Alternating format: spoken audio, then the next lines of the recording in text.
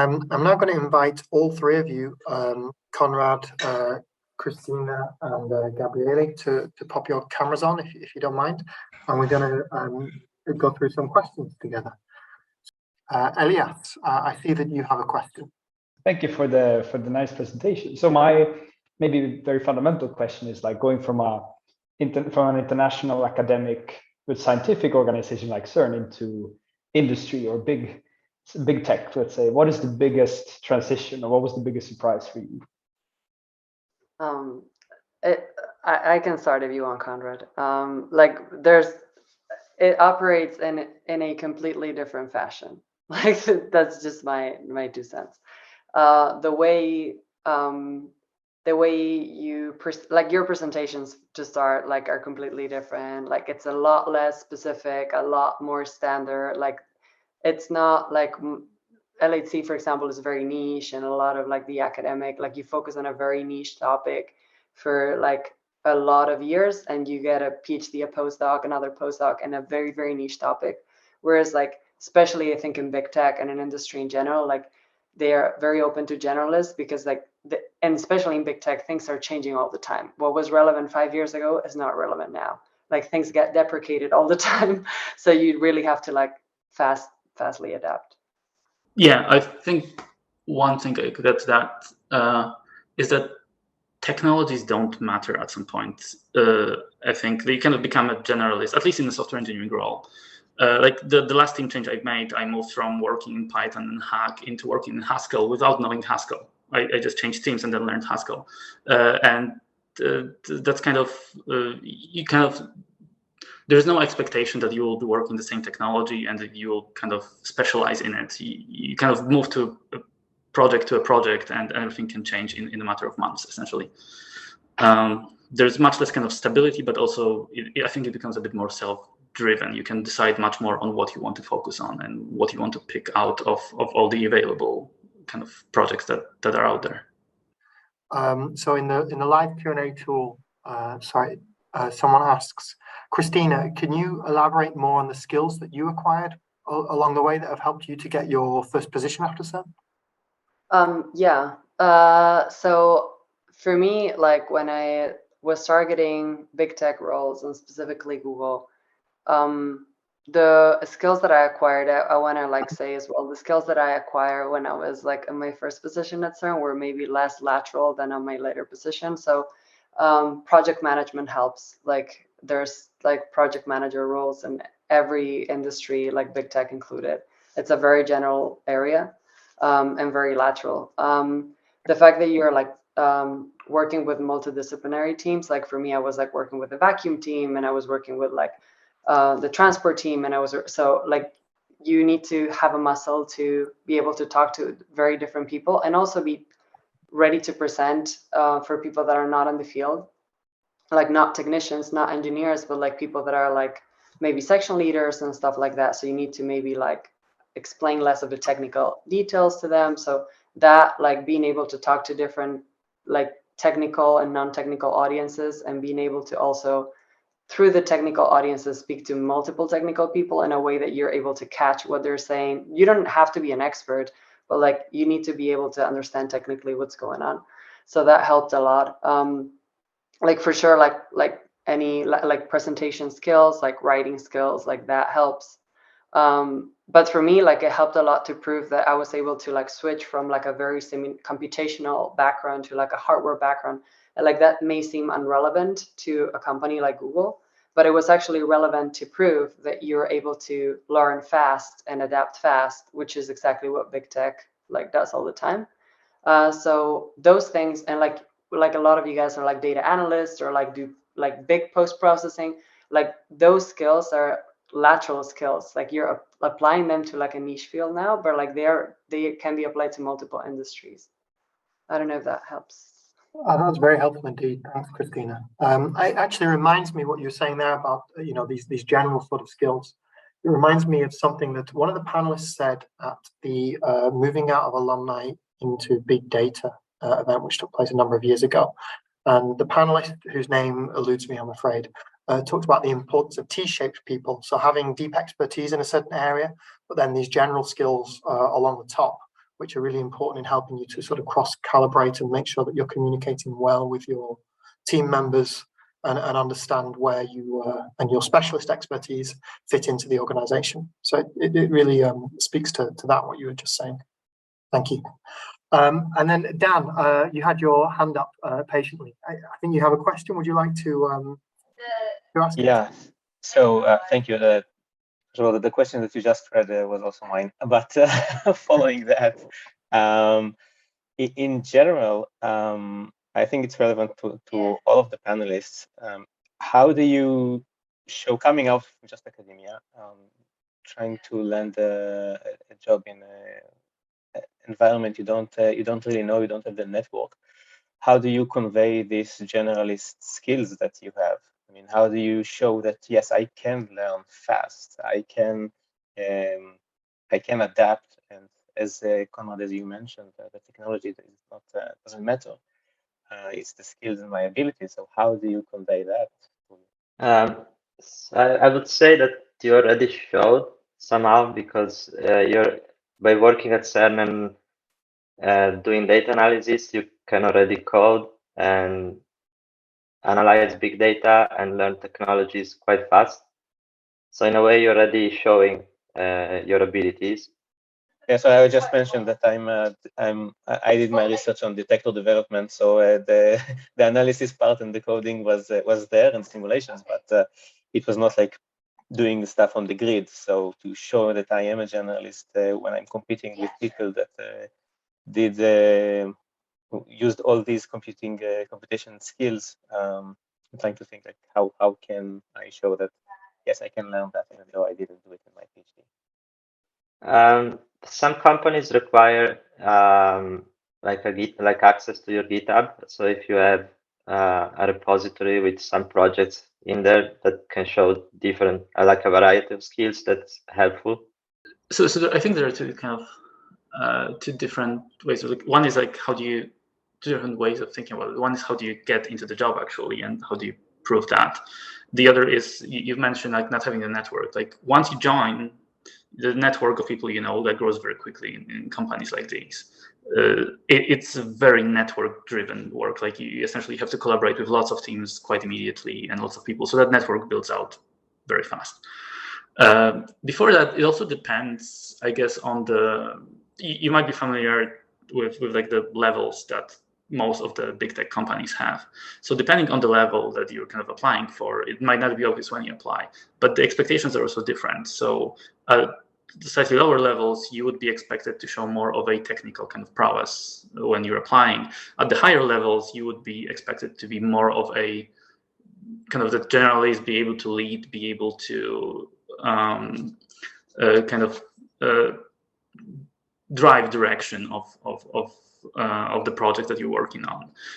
So the kind of skill set that is required is slightly different. So not having, for example, not being able to show the kind of ability to like drive direction or lead doesn't really prevent you from getting that job in the first place. You can grow into that experience within the job as well. Okay, thanks for that, Conrad. I'd now like to move to a question that we received in the chat. This is a question that we received from Lida Mora. And the question to you all is, how important were your traditional metrics of academic success outside of academia?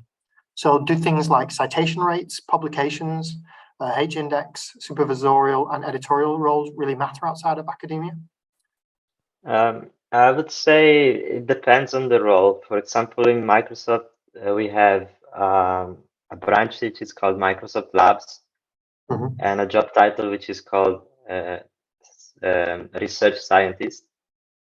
And in that kind of roles, you are expected to write papers and things. So I can expect that interviewing for those kind of roles, academic track, an academic track record is important. I haven't interviewed for any of those, but I'm just speculating. I mean, that makes a lot of sense what you're saying there, Gabriele. As someone working in CERN Open Lab, through which CERN partners with lots of leading technology companies, have personal and professional relationships with a number of people in companies such as yours and others, and I've certainly heard similar there, that there's big variation on where you have those really research-focused laboratories belong to the companies. For example, I've met people from Microsoft Research in Brussels, IBM Research in Zurich. I think these sort of traditional markers of academic success do matter more for those people in particular. Okay, I can see that Varun has her or his hand up. I think. Yeah. Varun, Yeah. please ask your question. Yeah. Hello, everyone. So my question is, I understand, there are different apps or web pages where you kind of find what interview you can expect in different companies, but that they are more general. So do you have and even if you face an experience, where you have this questions which are more specific coming from academia and moving to this big tech, are they different, the questions from the interviewers, or? Yeah, again, I would say it depends on the role you're interviewing for, but for big techs, I think that the strategy is pretty standard. You have a set of steps, like I think for me it was 4 different interviews, and I'm guessing Google has the same. And you have behavioral steps and like coding challenges, but that depends on the role you're going to cover.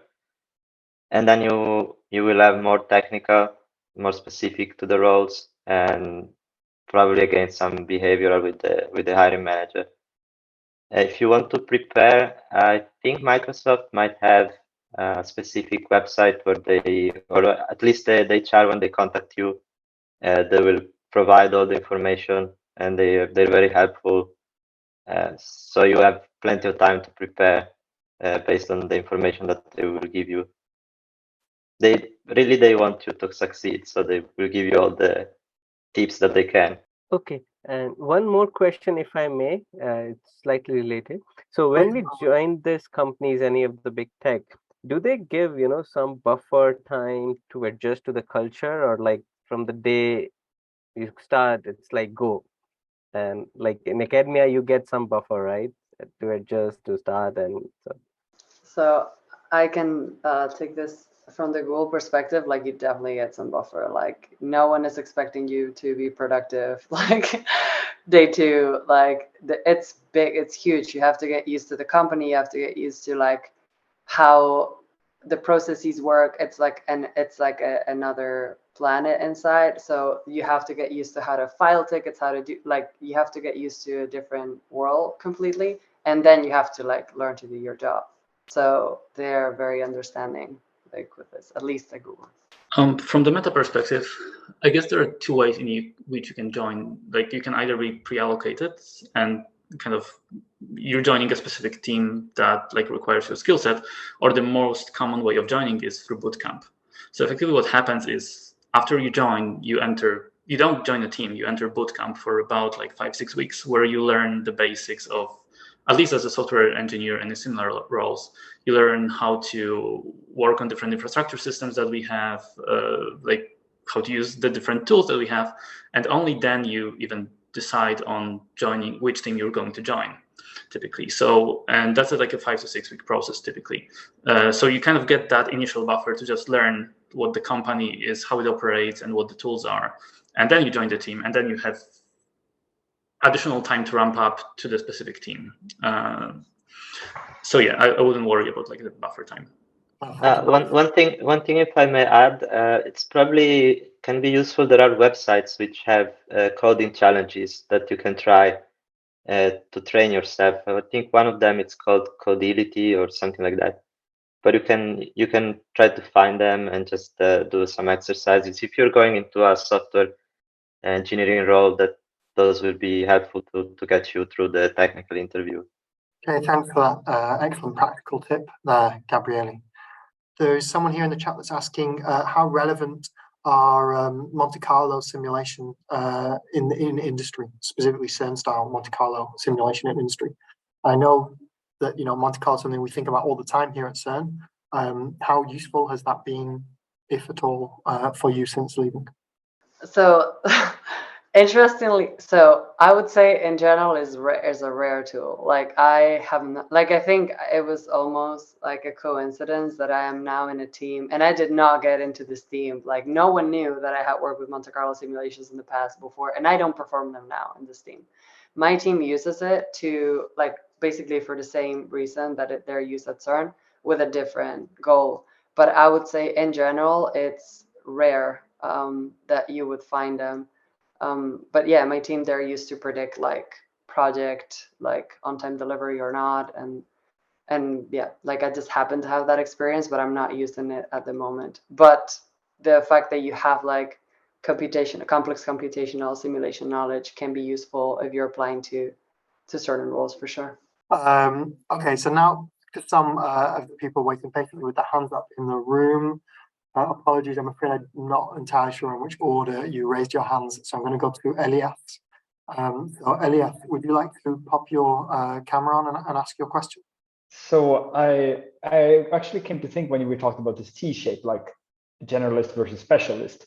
So in industry, if one would be interested in more of like management leadership role, but still having these like maybe intellectual challenges, rather than going and become a specialist, what would you recommend someone like us here in the audience to proceed?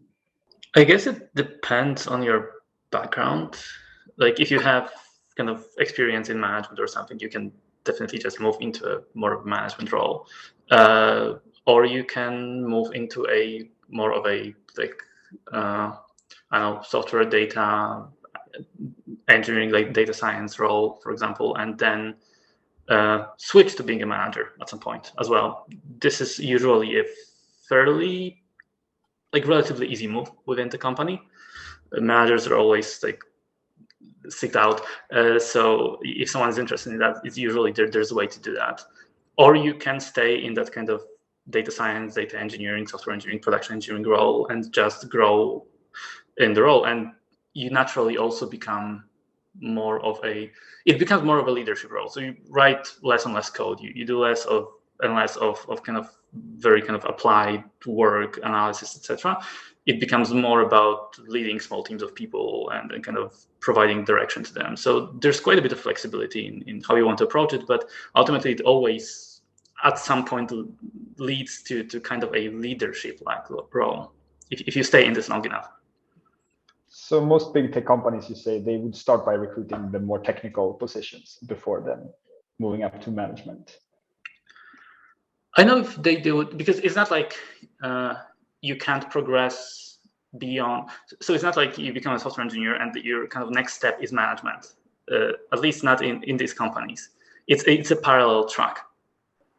So you can kind of move up as an engineer or a scientist, research scientist, anything like that, or you can move up as a manager, and it's parallel, kind of, and you can move between them to an extent as well. Yeah, so I would say this was like a big question for me when I was like transitioning like out of academia.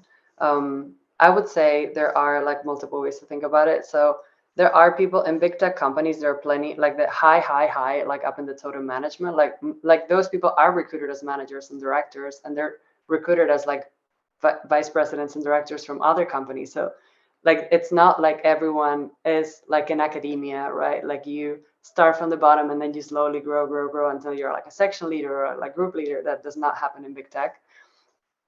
In fact, some of these people were never like anything technical. Like sometimes they're just like there is like a specialty in management, and people are specialized in being managers and being like direction givers and leaders in that sense.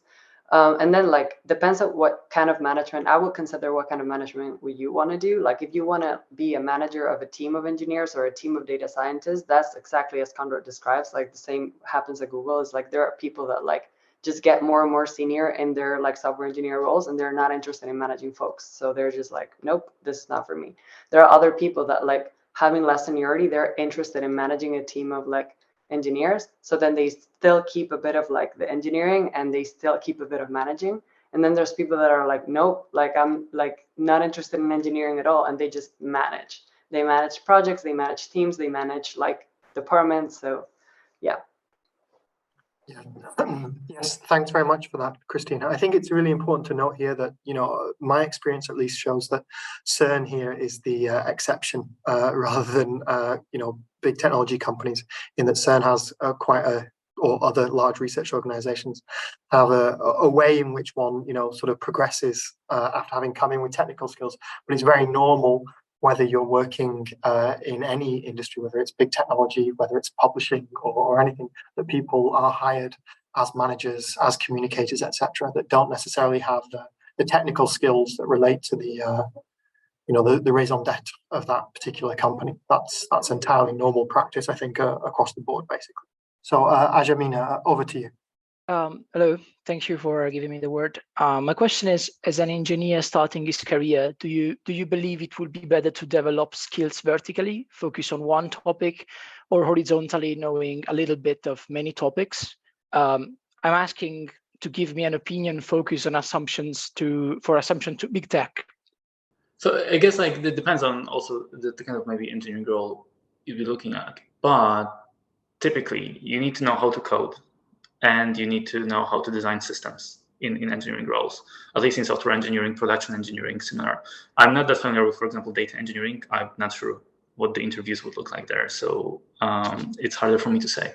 But it doesn't have to be very specific. There's typically a little benefit in knowing C++ in and out, and knowing every single detail about the specific technology. You just need to be able to demonstrate that you can actually code and learn, and that you can design things. There's also the behavioral aspect of the interview, that the kind of here it depends on kind of the level you're aiming at. I think how much experience you need in that particular area. But I wouldn't say that focusing on a single thing is going to help here. So I would like to start perhaps then by addressing the question that Simon posed during your speech, Ritika. This relates specifically to visas when it comes to working in big tech. And I think obviously, Mariana, that's something you have experience with too, coming from Europe, working in the US, probably you too, James. So perhaps, Ritika, I can hand over to you first.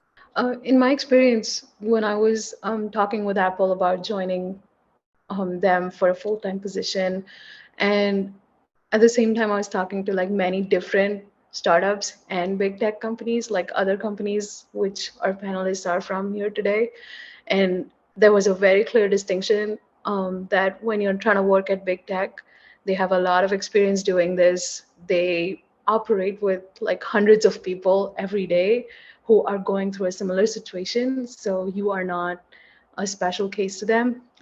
In fact, they know the process in and out way better than you do. They have teams of lawyers who will connect with you as soon as you accept their offer. They'll get on a call with you the next day. They'll start asking you questions about what you need to do next, and help you get to a joining date that you want to get to as soon as possible. But with startups, I felt like my experience, there was a particular startup I really wanted to work at. But when I spoke to someone at their end, they were like, oh, what is this? What is a green card? I don't understand. And they had to go and figure out stuff for me. And I was like, this does not give me any confidence whatsoever. And so it was kind of a very clear distinction, startups don't have the resources or the bandwidth. But I feel like with big tech, it's really, really easy. You're just another person going through it. In fact, at companies, you will find internal groups and people helping each other out with immigration questions, or just talking about it. Or you'll find your community there of people who've been immigrating from X country to Y country. It's super common. I feel like just the scale of the companies helps. Yeah, I would agree. I mean, I actually got my visa to the US from a startup, and I was very lucky, and it worked the first time around, and it was only afterwards I went, wow, that was really lucky. But the experience, you also have to think about, once you got your visa, what's your next 5 years like on that visa in the startup, and it was really, really difficult. as compared to when I moved to Microsoft, I was still on my visa, going through my green card process, super complicated.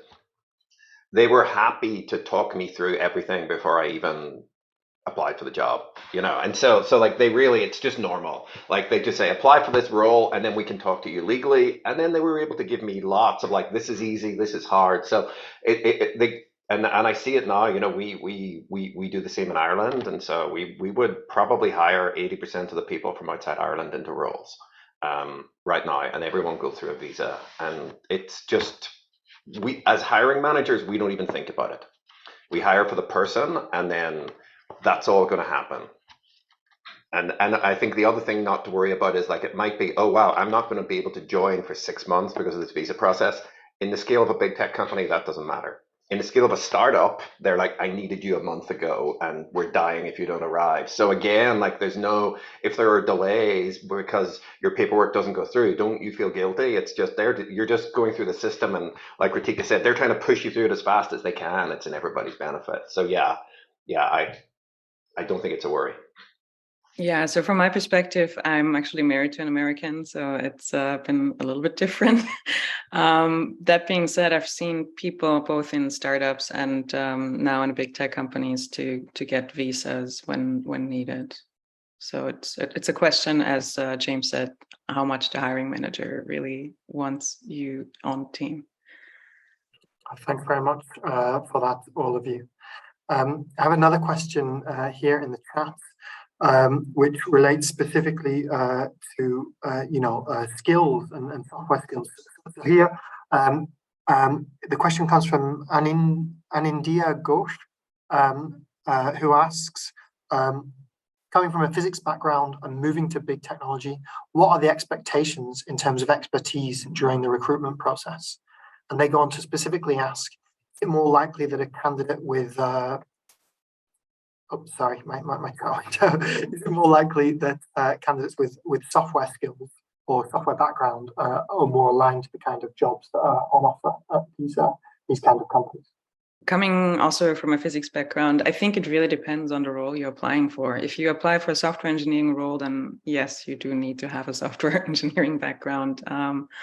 And that does not mean that you need to have a minor in software engineering, but you need to be able to show in your resume and during the interview that you know how to write code and how to define a system.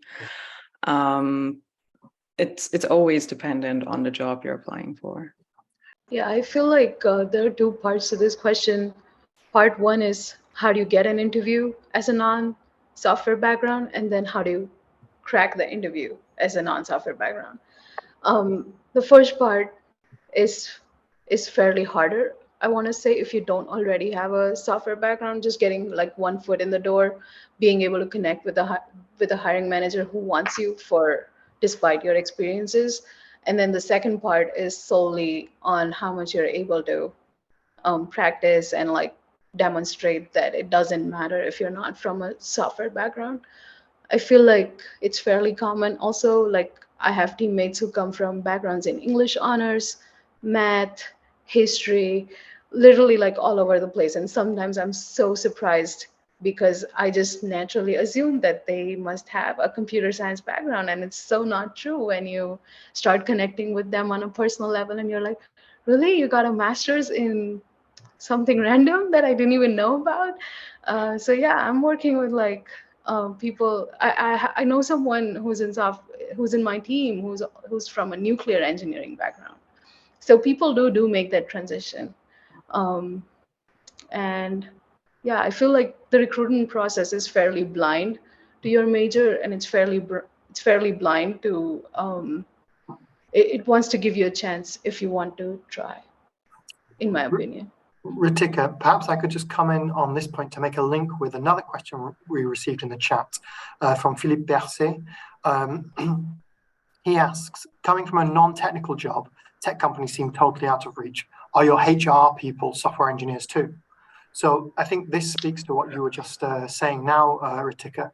And also, Yeah. in my experience as someone who works with a lot of companies working in technology, I'm the CERN Open Lab communications officer, so I work with communications officers and sometimes legal experts from companies such as your own.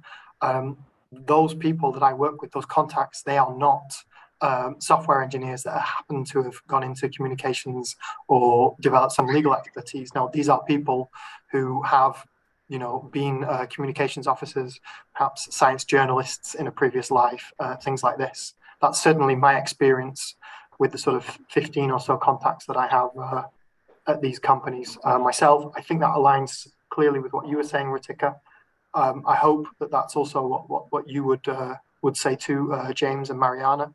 Obviously, if you see it differently. These are multi-100,000 person companies that touch every aspect of people's lives and inside them have every single role. If you go to any of our career sites, you will be overwhelmed by the number of jobs. If you select all the categories that aren't software engineering, I guarantee you're still going to see thousands of jobs. So yeah, I mean, we come from a software engineering, hardware engineering, product management background, but there's a wide range of roles. I think to Ritika's point about, once you get in, you don't know what people's backgrounds are, but it's more, you pick up a lot over time. Like the areas that I work in, I knew nothing about when I joined,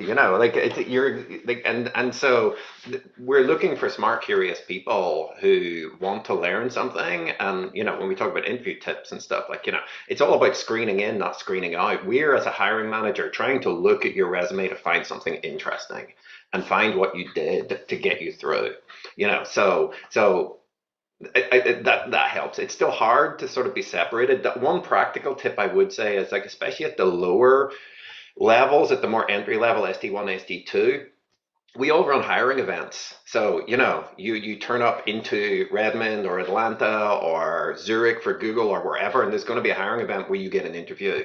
And so, that's also and they're usually just pool. It's just for a generic software engineer or product manager job. That's also a really interesting way to get in, because you actually get to talk to somebody.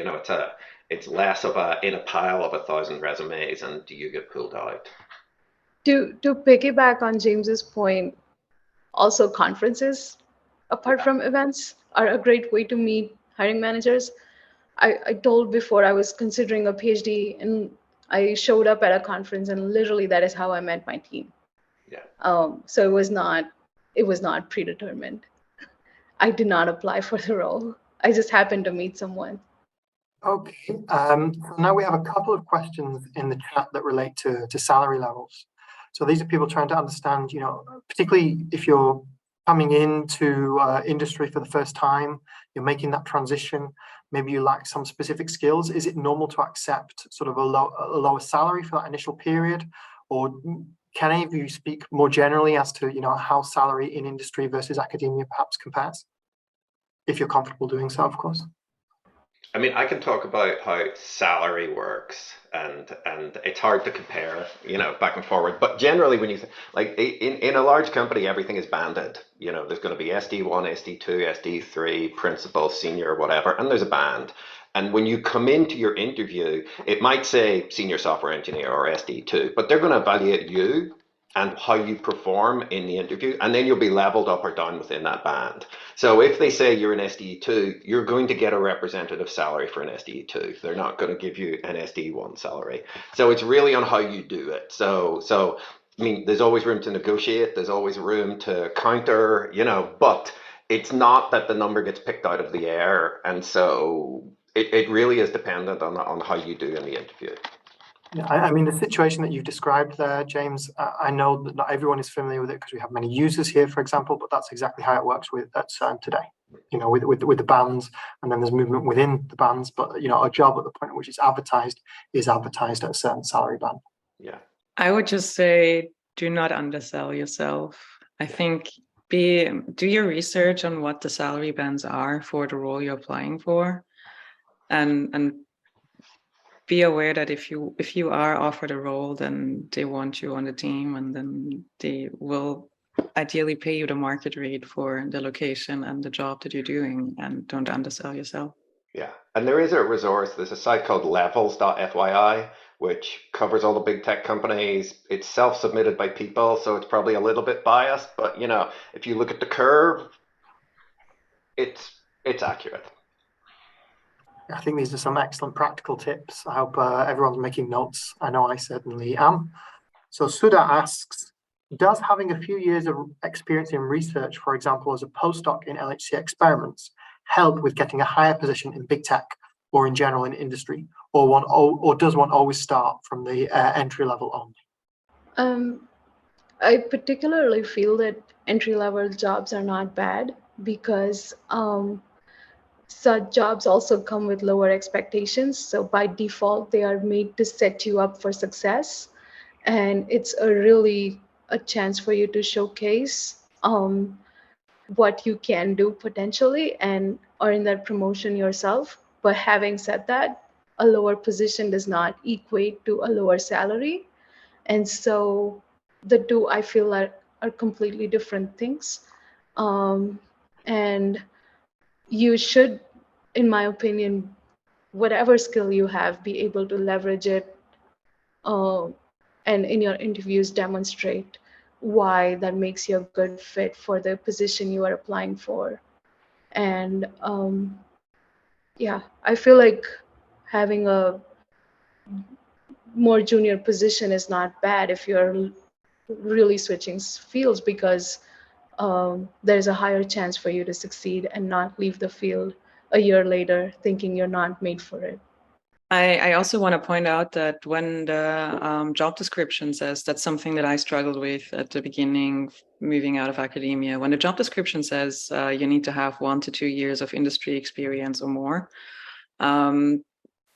selling a postdoc at CERN you might get to it somehow, but usually like a PhD at CERN, no matter how industrial the whole setup is and no matter how much you do real work, it's not considered industry experience. So that's that was a threshold that I was not able to get over right out of CERN. It might be different for a postdoc, but for the PhD students, it's unfortunately different. Yeah, thanks for that, Mariana. These are really good practical tips. I can see also there's some more good practical tips coming in the chat. Thank you, Lucas. Thank you, Andreas. For those that haven't seen it, they're also recommending Glassdoor, which I think many of you are familiar with, and Kununu for Switzerland. You know, this again relates to the point that Ritika raised earlier about, you know, norms in different countries. And, you know, Switzerland is a place that I'm familiar with. And, you know, it's fairly normal that, you know, not even salary bands are posted when jobs are advertised and people negotiate. So having access to resources like this is really very useful indeed, and goes some way to, you know, smoothing over some of the disparities we see, you know, particularly in gender and in other kinds of, you know, diversity related aspects where that, unfortunately, those systems where people are asked to negotiate can have a negative effect on these disparities that exist. So, you know, I do encourage all of you to take a look at these resources, particularly those of you that find yourselves applying in countries where it is sadly not the norm to be quite as transparent about these things as one might wish. Okay, so I'm now going to go to some of the people in the Zoom room with their hands raised, patiently waiting. First of all, Santiago, over to you. Please ask your question. Okay, so I think you answered this a bit already, but what I'm a bit confused is about is how to gauge our experience, right? Because if you've only worked at CERN, and I think it's the case for a lot of us, we probably have done some physics analysis with big data sets, or you've also done some statistics, some machine learning, some hardware work, and some trigger work, right? But then it's really hard to tell if that amount of experience would be okay for I don't know, a senior software job or a machine learning engineer job. I don't know if you have any tips on how to compare. I feel like most of the projects you described are fairly transferable. Like when you join as a senior software engineer in a particular team, I feel like initially, at least for the first year or two, you're so focused in that particular role, and you are directly able to apply literally all your skill sets that you bought from a previous project. And so again, that really puts you out there for being successful. When you it is when you try to build your career long term as a software engineer, is when you have to start branching out, start thinking about, being valuable to your teams next to you, being valuable to the larger organization, being able to think at scale and things like that. So I feel like fairly, if you're trying to join a very specific team, like then I in my opinion, those skills are like everything you mentioned is fairly transferable. Like working with big huge amounts of data, it doesn't matter if it was physics data or if it is like something related to social media or something related to tech companies data. I mean, at the end of the day, you're running machine learning algorithms, you're running data analysis, and there's a certain skill set you need to have in order to think that way. So in my opinion, I feel like it's transferable. Okay, so yeah, I think what I find a bit hard is how to match the job description things to what I've done. So yeah, but I think what you said does help. I would just put in one word of caution. If you say you dabbled a little bit in data analysis or you dabbled a little bit in machine learning, that is probably not going to meet the interviewing bar for a job that is specifically a data analyst or a data scientist or a machine learning expert. So be aware of where really your strengths are and what you're an expert in. And everything else is, an added benefit, but I would not go for the added benefit being your main goal of the job you apply for. Okay. Excellent, thanks. You touched on a point here, Santiago, as well, when you responded just that about the language that one sees in job postings. So this goes both ways, and also speaks to what you were saying before, James. It's a two-way thing, making sure that we on the applicant side understand the language of job postings, and that also the other way around, that it's understood what is really meant by what we have been doing at CERN. I'm just going to take the second part of the question here. It's sometimes hard to parse the language on job postings if one only has experience in high energy physics. Any of you give any tips on that? Yeah, I mean, I think one thing that's very true when we write job postings, we're trying to keep them as general as possible, because so even like we used to have required qualifications on job postings. You must need a degree. Like, that's not actually a required qualification for many jobs. You need the experience. So you were trying to always make things broad enough so that we get everybody in. And again, back to diversity, we see that diverse candidates actually have better success rates and apply more to job descriptions that don't have very specific requirements. So it's this sort of two-way sword. We're trying to get as many of you to apply as possible, and you're trying to work out what it does. I would flip it to the other, like one of the practices we do a lot at Microsoft is what we call profile-based hiring. So we'll say, we want a product manager to work in security. You don't need security expertise, we'll teach you. You need these general skills. We don't know when you come in what job you're going to get. When you come in through the interview process and we say, there's a great candidate, we really like their machine learning experience, why don't we put them in the fraud team?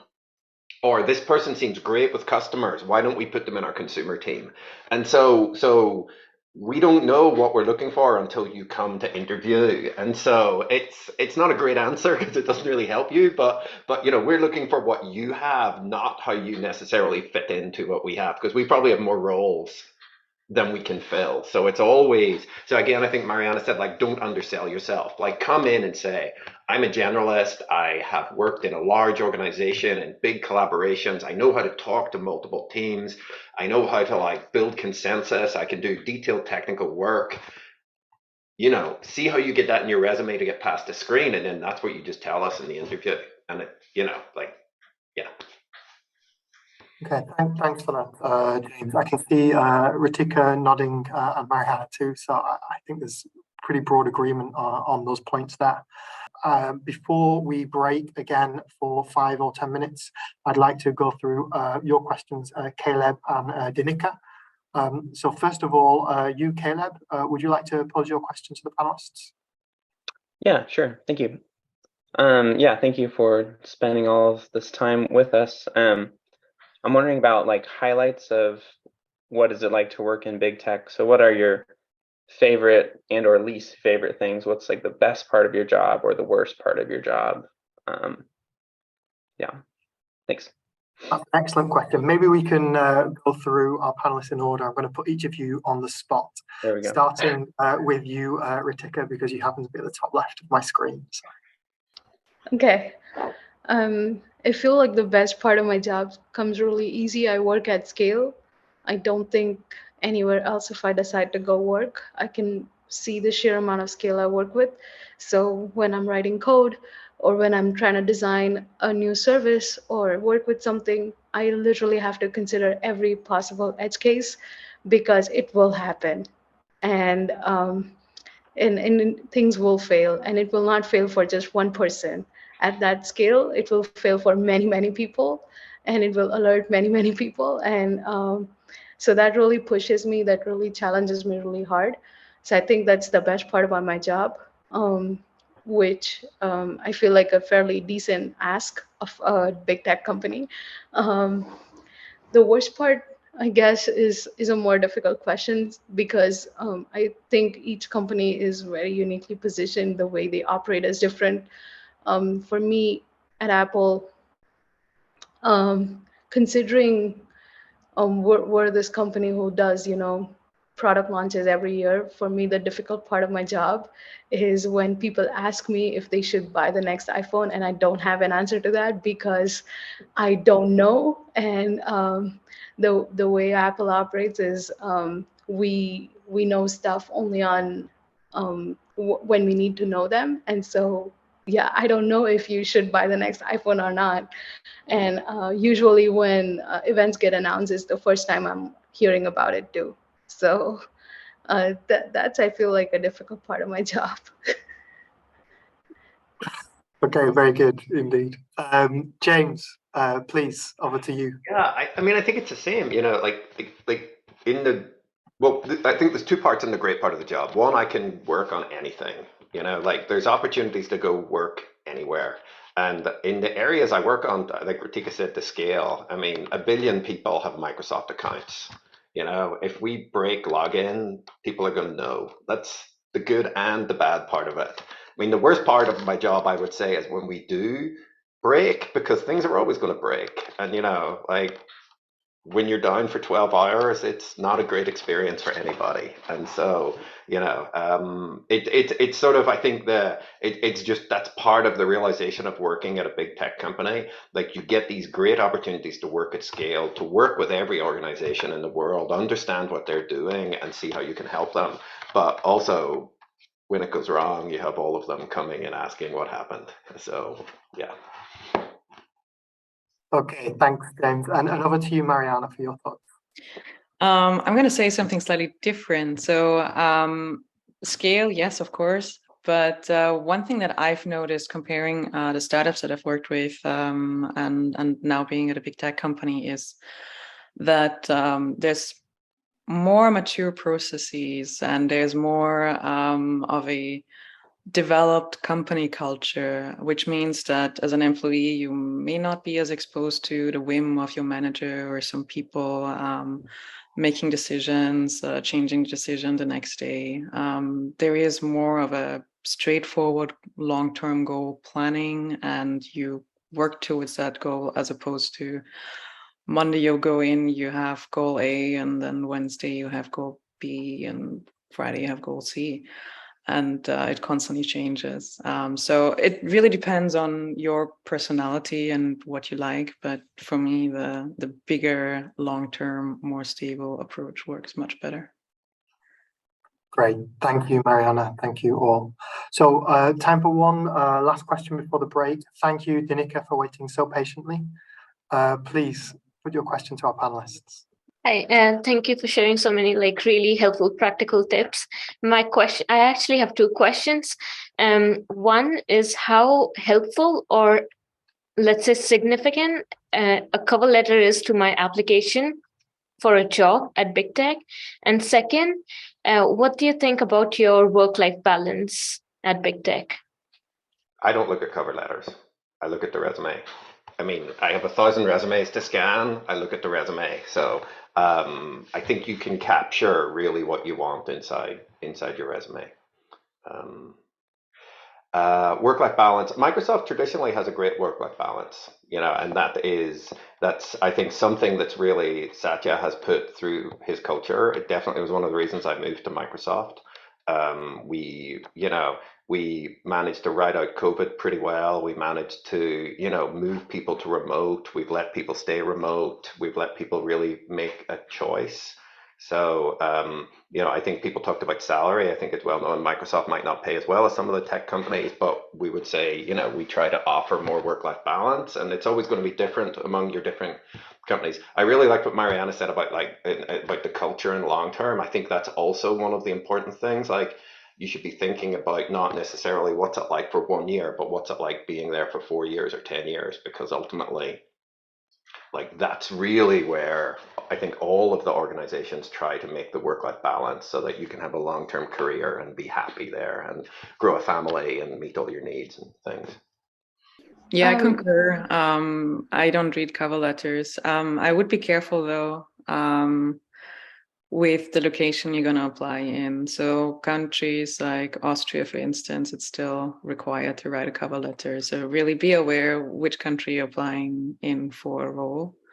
It's not the case for the US and apparently not for Ireland, but just be aware about that.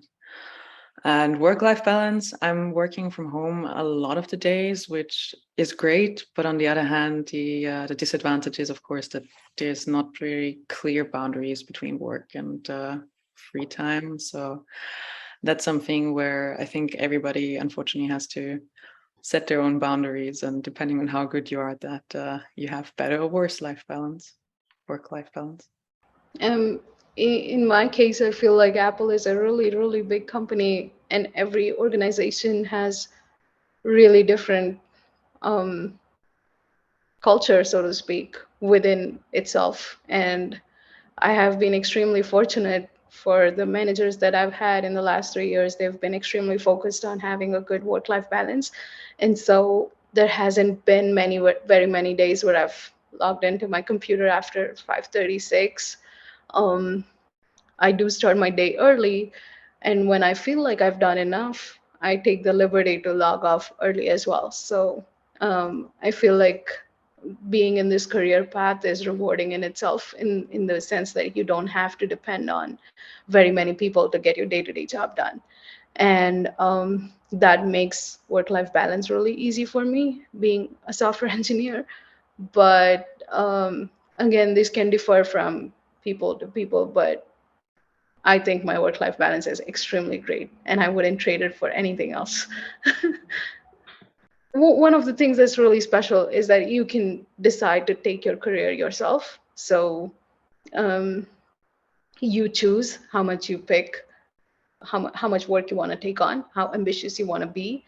If you decide to work in cycles, work in cycles. Pick up 1 quarter where you really want to over deliver, and pick up a quarter when you want to kind of lay low, take it easy.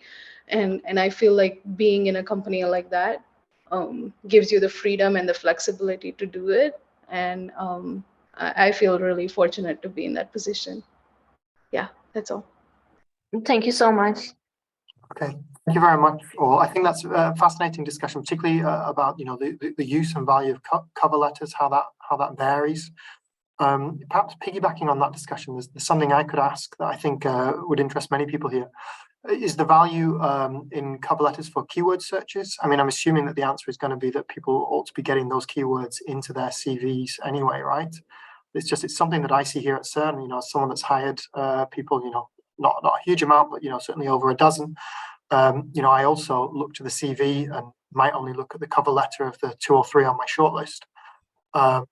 But that keyword search at the beginning, particularly when you've got lots of applicants, is very, very important indeed. Do you see any value there, and how to better sort of target your application in that respect? So the way I look at resumes is, I mean, it might be a limitation of our tools as well. So we will see some sort of summary, potted summary, and then I can flip and look at your raw resume.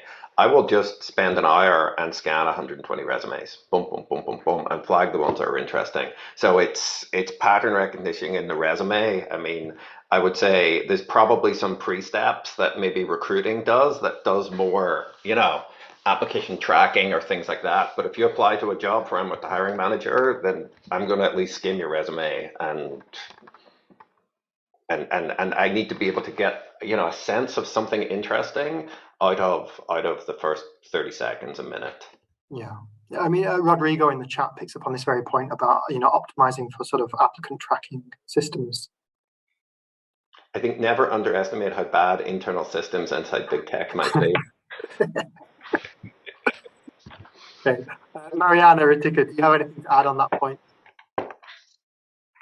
I don't know enough about applicant tracking system, but I would recommend really when you apply for a job, do the work of trying to match what you have done with what expected roles and responsibilities are. Because usually when you can match the different bullet points with things you've already done and where you can actually show you've made an impact, then you might also get through the applicant tracking system, and it will be a little bit more impressive for the hiring manager. I just had, I don't have a lot of experience scanning through resumes because I typically do the technical evaluation for candidates in my team. And I look at the resume for probably 10 seconds before I join the call, just before I join the call. So that's my experience. I'm mostly very focused on getting to know the person as a good culture fit in my team and then evaluating them technically.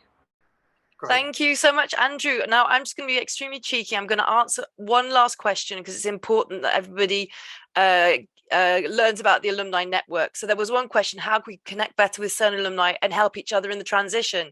So I'm going to quickly share my screen, and I'm going to give you a few pointers on what you can do. So sign up to alumni.cern.